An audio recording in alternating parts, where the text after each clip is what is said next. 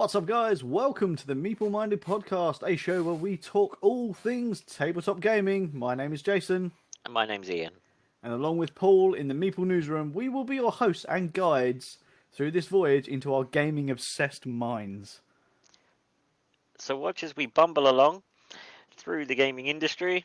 So pop the kettle on, grab a brew, and let's move on with today. Indeedy. Let's move on for our first episode of 2021. And my first question, Ian, can you believe that hellish year 2020 is finally over? It is, but it also feels like 2021 is already saying, hold my beer. Yeah, it's not got any better, has it really? Nope. I made a few people laugh saying I feel like I've just finished Sonic the Hedgehog 3, just entered 2021 like entering the very last level titled Doomsday Zone. That is a pretty good reference, to be fair.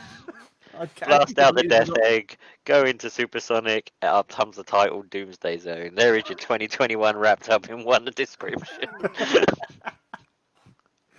Full of energy to take on what has probably been the worst start of a year I've ever seen, but with hope in the distance that this can get better.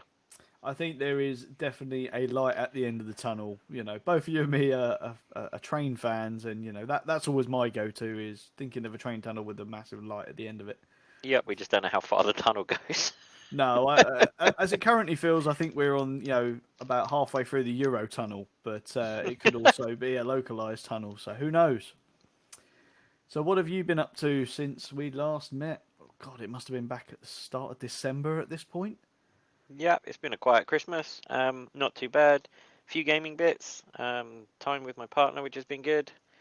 2020 hasn't been all bad to me, so I do feel very lucky on that front. I think personal life wise, things between me and my partner are going well.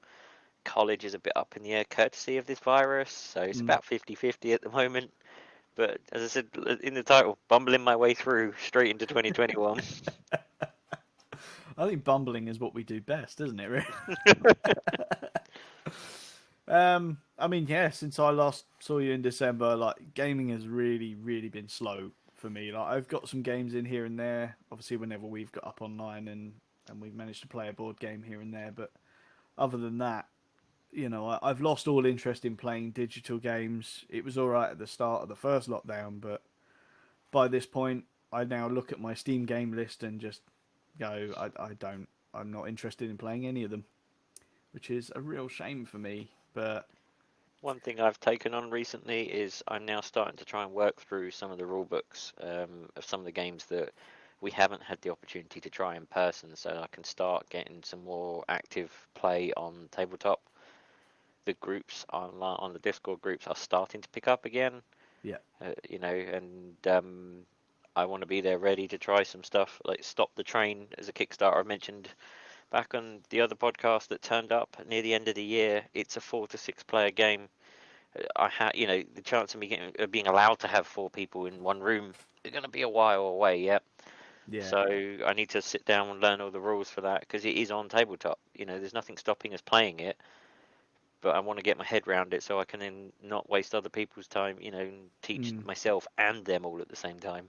As I say, the only games that are really acceptable, really, that we're learning the rules as we play, is games that none of us own. I think, or we've not had a chance to play. Like we played with a couple of the members recently. I played Unicorn Fever, and I felt bad because this is actually a game I own. I backed it on Kickstarter, but I didn't know any of the rules. And immediately after the game, it was in my mind, I should have learnt the rules before suggesting this. So, yeah, going forward, my aim is to spend my time sitting down, reading rule books, and learning these games so that when we are, one, able to game in person, I can teach them. And two, if I have to teach them online, I know what I'm talking about, or at least have the rule book there in physical form to really go ahead and learn. I think this segues nicely into a plan both of us have as well of getting a catalogue of our board games together.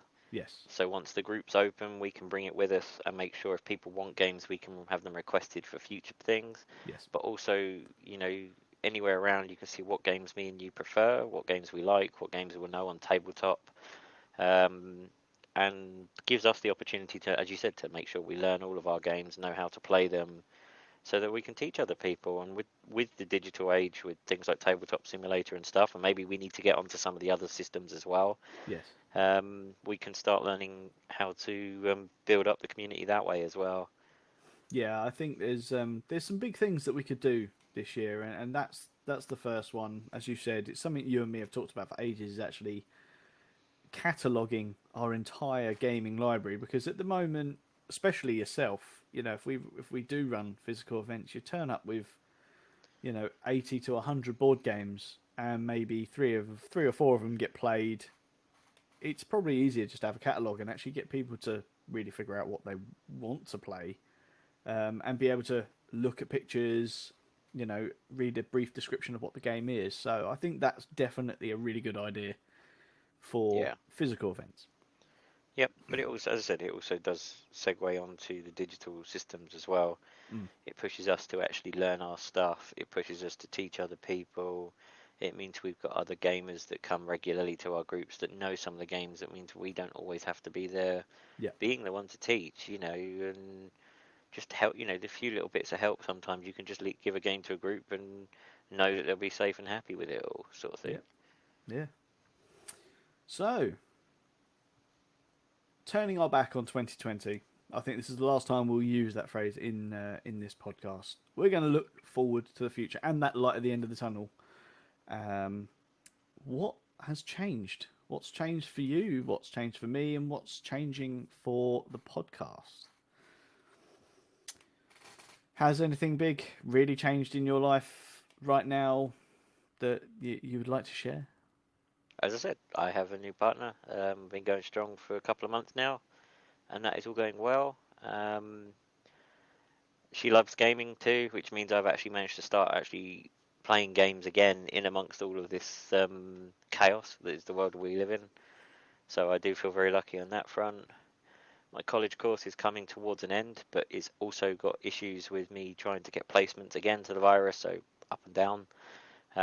Does mean that there might be instances this year where college might have to take priority over recording and things, so we'll deal with that as we get to it, but just so people have a warning. Um, yeah, and I've been one of the lucky few because of my job to have had the vaccine as well, so that helps in the long term for all sorts of choices, Yeah. for me, for again feeling very lucky. I've actually come out of 2020 in a fairly good place, which Mm. isn't how the year started. Anyone who knows my personal history and ever wants to chat to me about it, I'm very open about it, but there was a pretty tremendous start before the virus hit at the start of this year towards my life, and this year has started to be, I was determined not to let 2020 beat me, especially after all of the doom and gloom that was COVID-19 and still is COVID-19. Yeah. And I feel I've actually achieved that. I've built myself back up and things have fallen into place. Yeah. There was lots under my nose that I didn't notice. Some very different and weird things this year have come up, just gone. But yeah, I'm in a really good place.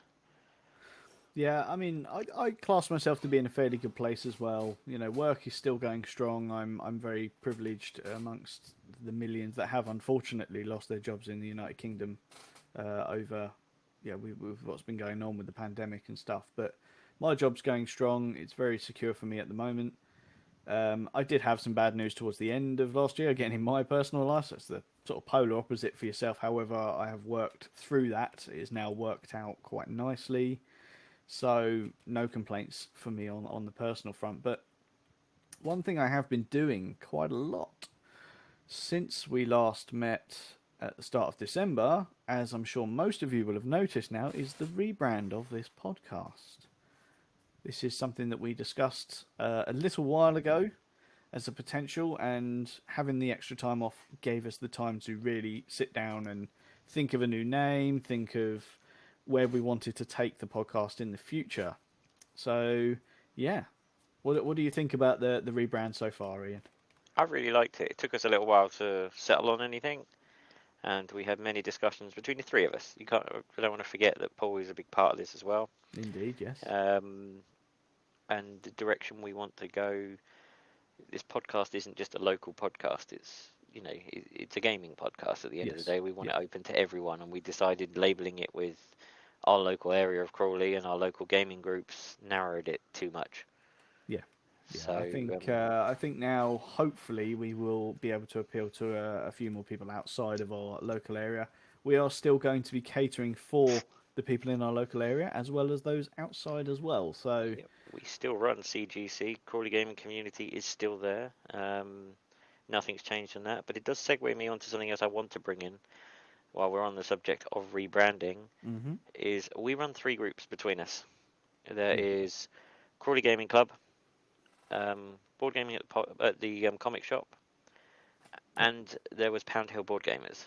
yes, That Pound Hill Board Gamers was one of my was my main thing, but it was more of a social sort of thing with my friends than ever becoming a proper gaming group.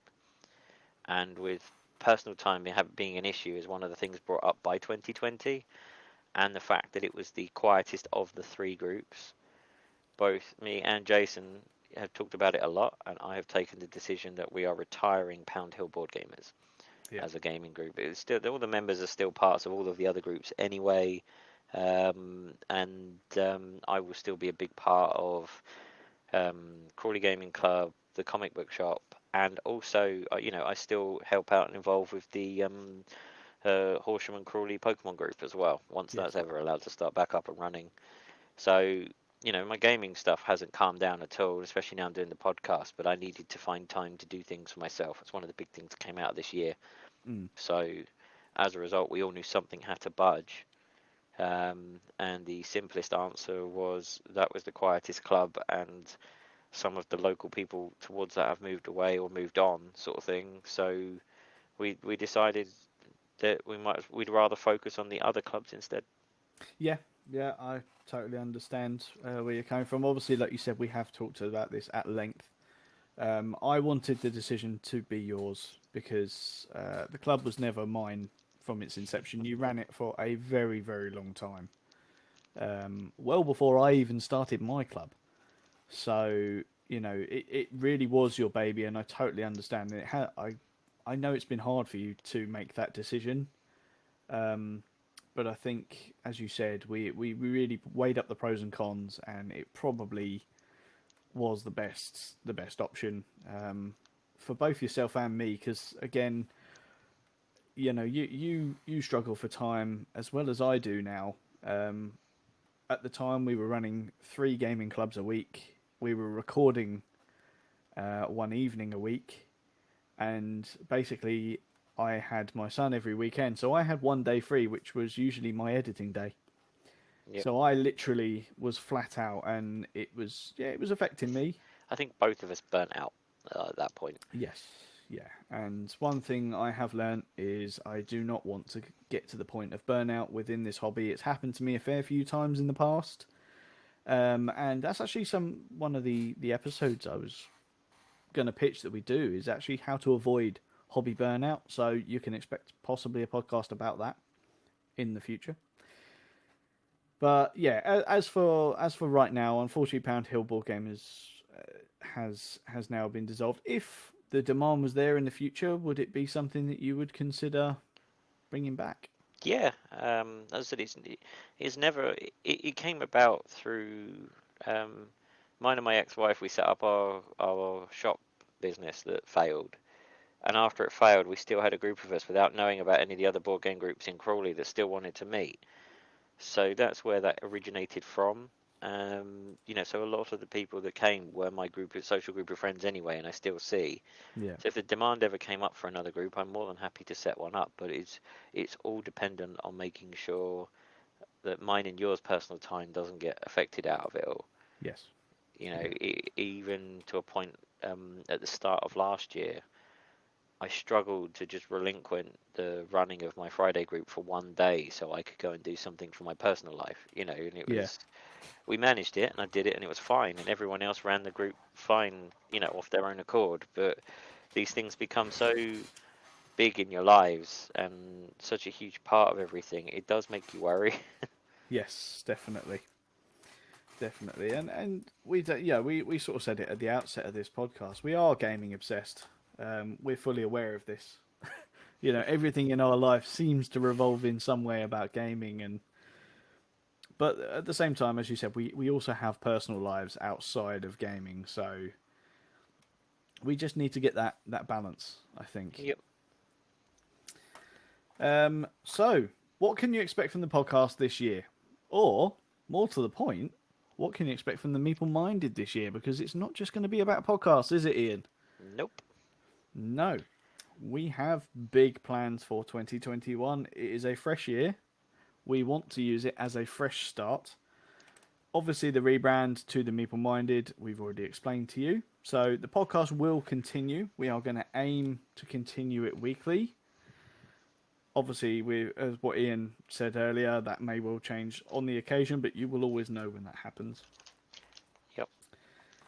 As for other plans, we have started the process of recording video content for our YouTube channel. So, what do you think about that? So every Monday, we're still trying to do our meetups online, especially in this current climate. And we figured we play these games online, and we stream them actually to the chat group if they fill up. Like we were playing Zombicide the other night, filled up, so we started streaming it so a few others could actually just sit and watch. We had our friend Ed, who joined halfway through, was quite happy just sitting watching us play, and I'm a big fan of things like that anyway. Yes. So we figured we would start looking into doing that a little bit more, and we can explain then what we're doing, and people can see a little bit more of what our hobby actually entails. Indeed, indeed.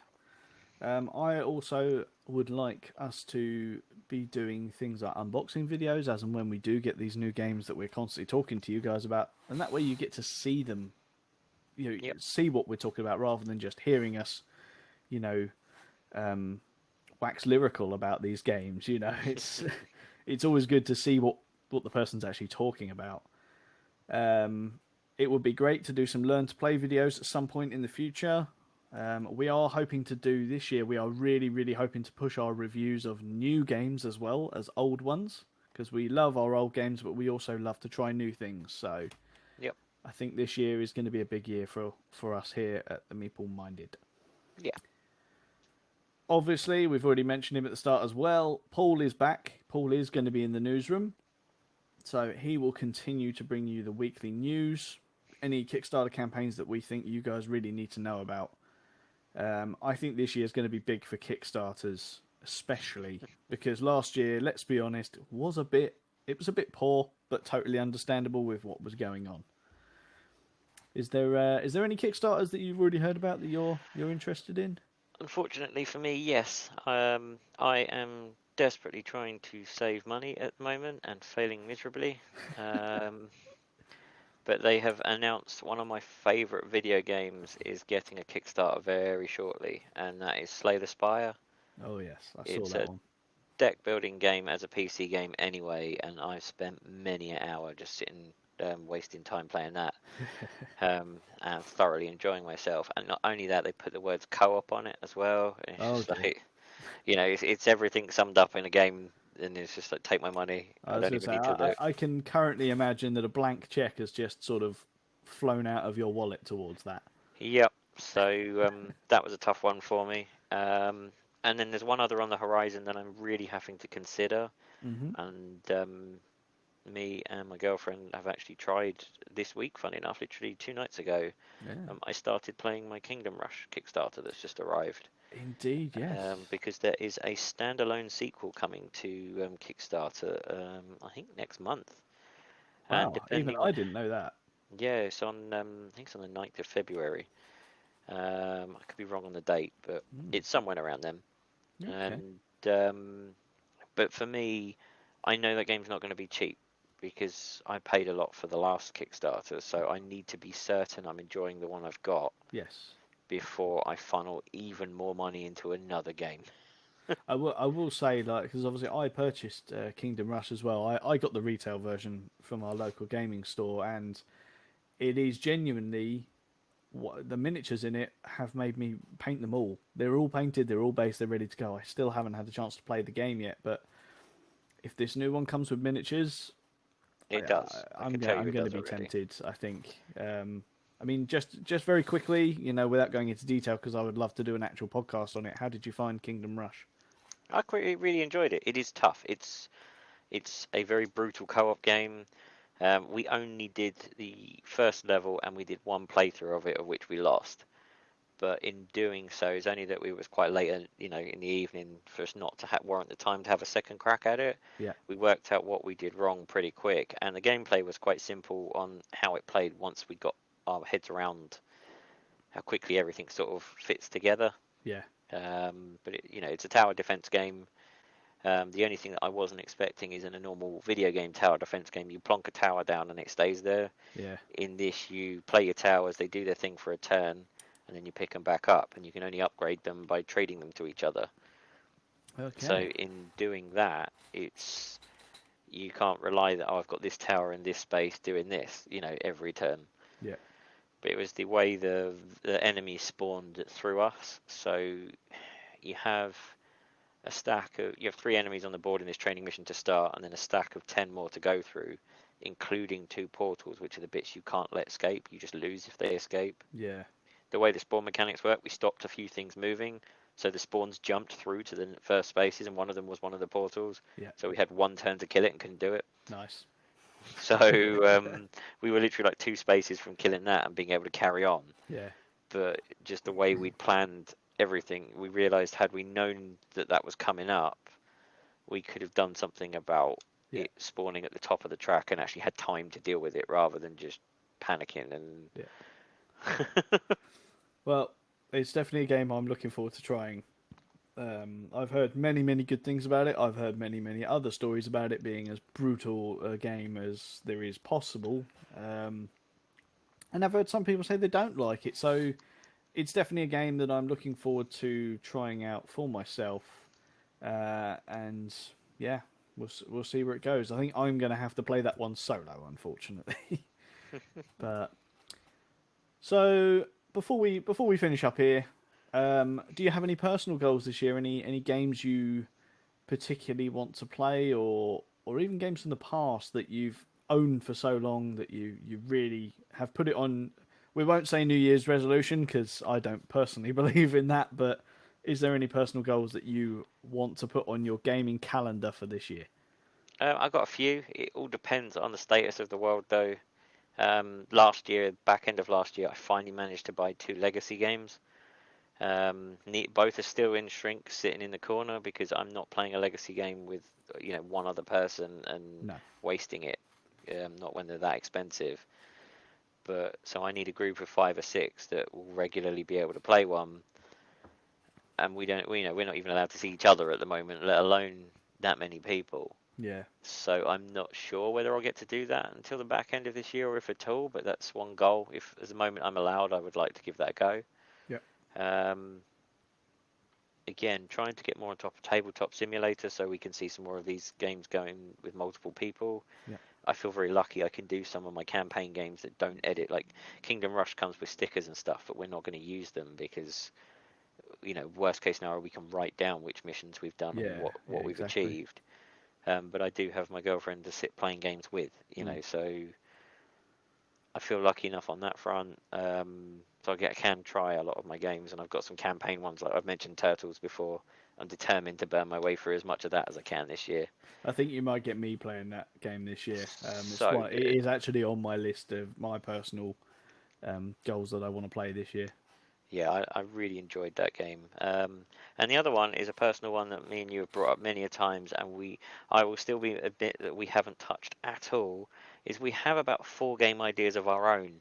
Yes. That we want to create. I would love to see one of these get given the time this year to actually be developed and get to a point where we can start demoing it and trying to get people trying these things and actually seeing if we can do it. Yeah, I completely agree. Again, that's a personal goal. It's definitely on the list. It's quite high on the list, to be fair, because that is something that we can at least start in the preliminary online. Ideally, I would like to do those kind of things in person, but world as it is not going to happen. I've been putting off doing this podcast because I'm very obsessed with actually being face to face with the person I'm talking to. You guys can't see it, but we are actually on cam looking at each other for the first time since December. Yep. And God, I haven't missed that face at all. Yeah. Personal gaming calendar for me this year. I've got so many games that are on the pile of shame that I either haven't played or haven't played for a long time. But certain ones that really stand out to me is Isle of Cats is a game I've wanted to play since it turned up. It has not been played yet, so that's definitely high on my list. People probably won't believe me that I own Dice Hospital and have never played it, so that's high on my list as well as Kingdom Rush, as we've already said. So there's a fair few that are on there. I'm actually intending on maybe writing a list of 12 games for this year, one for every month that I really want to play. But we'll see how that works out. Yeah. Do you personally have any podcast goals for this year? I have been championing. So with my personal life, my college course is to become a therapist. Um, I've been working at that for 3 years now. Mental health is a big, big, big part of my life. We almost started the last podcast with a mental health episode. It's a big part for both of us, and Paul as well. He mentioned it when we did our interview with him. Yeah. I want to get it right, and I've not given it the time to put that out there. But that's high on my list to get, fairly early this year, is to get settled on a decent go at where mental health fits in the gaming industry. Yeah. And where mental health goes anyway, my biggest goal, personal goal for this year is to pass my college course, Yes. which isn't a guarantee at the moment, courtesy of the COVID-19 situation, because me in placements has become an issue. Yeah. I have to actually practice on real people this year to pass my course and get 100 hours to do it. And at the moment, the ones I've had lined up, I can't do face to face. So it's been very tough and it's very difficult, and that's been my ups and downs of the last few months, specifically of kind of where I feel like I'm being tugged both forwards by good things happening in my life, but backwards by that being held back. But I would love to really champion why gaming has been such a huge part of my well-being, my mental well-being, and continues to be so, and how I've seen it affect other people. And the goods and the bad, it's not always plain sailing. Gaming can have an adverse effect on people's mental health as well. But most of the time, from what I've experienced, it's a positive thing of good escapism. And I'd really like to explain why, how, and what people can do to help cope with things like that, and where there is help. Yeah, no, I completely agree. It's definitely something that I feel the gaming industry really does help towards, but there are also there's so many positives, but there are also negatives, and I would love to go into depth as to what those are with regards to the gaming industry and how we can help people going forward. There's so many episode ideas that I've had in this month or so off, and I mean, I could probably start listing them off, but we'd be here for hours. So we won't be doing that. But yeah, needless to say, mental health and gaming, that's definitely high on the list. You can expect to see that episode or hear that episode very, very soon. We are going to try and do that as an early one this year. I had an idea for an episode of how to teach games, because we are pretty experienced now in teaching people to play games. But there are actually some obstacles to overcome when it comes to teaching games. So that is something I would love to actually talk about and give our advice on how. We still get it wrong sometimes. We do. Yeah. I have seen people hate games I love and love games I hate by the way they're taught. Yes. And their experience, people's first experience of a game defines their overall experience of a game. If you have a bad run at a game, how good the game is, people won't go back to it. Yes. Yeah. And I have definitely been through that myself. I've seen other people as well. Thunderbirds, as we all know, is one of my favourite co-op games. I still know one person that literally had the probably most brutal game of Thunderbirds I've seen, where we lost in 2 turns. Yes. and that put them off playing it permanently. They won't go back, and it's such a good game. And they've played other very similar games that I've loved, but they associate that with that one really bad experience. Yeah, yeah. Another thing I thought we could install this year is actually our own personal gaming rating system. You know, 1 to 10s, awarding our sort of bronze, silver, gold, maybe even platinum statuses for games that we feel are worthy of such a thing. So we need to really sit down and work out exactly how we would grade games. We do it on a Meeple rating. But yeah, we'll do the bronze Meeple, the gold Meeple, and the platinum Meeple. You know, or just how many Meeples. We could do a scale of 1 to 10 Meeples. Exactly. So see, we haven't even got as far as sorting this out ourselves. No, exactly. So that is something we are going to be sitting down talking about, because it would be great to actually have a chart that will be available for people to just look at as our top rated games for the year. Helps us at the end of the year as well when we do a year in review, and we can go, well, we rated this game, and this game really high. So yeah, and we can do historical ratings at that point as well. You know, our entire game libraries eventually could be rated. Yes. You know, we can go back and rate the ones we've already done, so we don't have to duplicate our episodes, but give you an idea of what our personal favourite games in our collections are and why. Yeah. This was actually an episode that has been requested of us. Back when we were the podcast Recorded Gaming Community, we did an episode based on tabletop terminology. We have actually had a request to do a second, possibly even a third part to that, to cover the bits that we didn't cover before. So you can definitely expect to hear a bit more of that from us as well in the future. Yeah. But other than that, is there anything else you want to talk about today before we sign off and go back to our lonely, isolated lives? Just to hope that everyone has managed to have a good Christmas and a good New Year's. It's very strange times at the moment, and personal care is a definite big thing, you know, that we need to champion, and to not lose all hope, you know. Yeah. There is definitely a light at the end of the tunnel, and a life at the end of all of this. You know, who knows when it'll end? There's no point sugarcoating everything. Stuff isn't great at the moment, but you know, life is what we make out of it. Yeah, and you know that applies to gaming and life in general. And you know, I feel very lucky for the position I'm in with everything at the moment, but we've just got to hold on until we can start getting back to being social with each other again and letting this hobby thrive in the way it should, instead of through the digital medium. But we'll use that as our driving force to keep things going. Indeed. So we're going to leave it there for this week, guys. There will be no Paul this week. He is still furloughed from the Meeple Minded, shall we say? But when we come back, well, I mean that's another thing we could say. When are we going to come back in? We were having a quick chat about this before we started, and I think we mutually agreed to give us time to actually get you a few episodes up and running, and so that we can plan and make sure things are well. I think we're going to aim for early February as a start February as a fresh starting point. Yeah, I think that's a fair thing. That'll be about a couple of weeks by the time you guys hear this episode. So roughly at the start of February sometime, you will hear the new episode. We are aiming to release episodes every Tuesday going forward, rather than last year's Thursday releases. Yeah. We aim to be up and running by now, but like everything else in the world, things have changed and we've had to adapt to it. So, hopefully it'll be sooner rather than later for us. Yeah, definitely.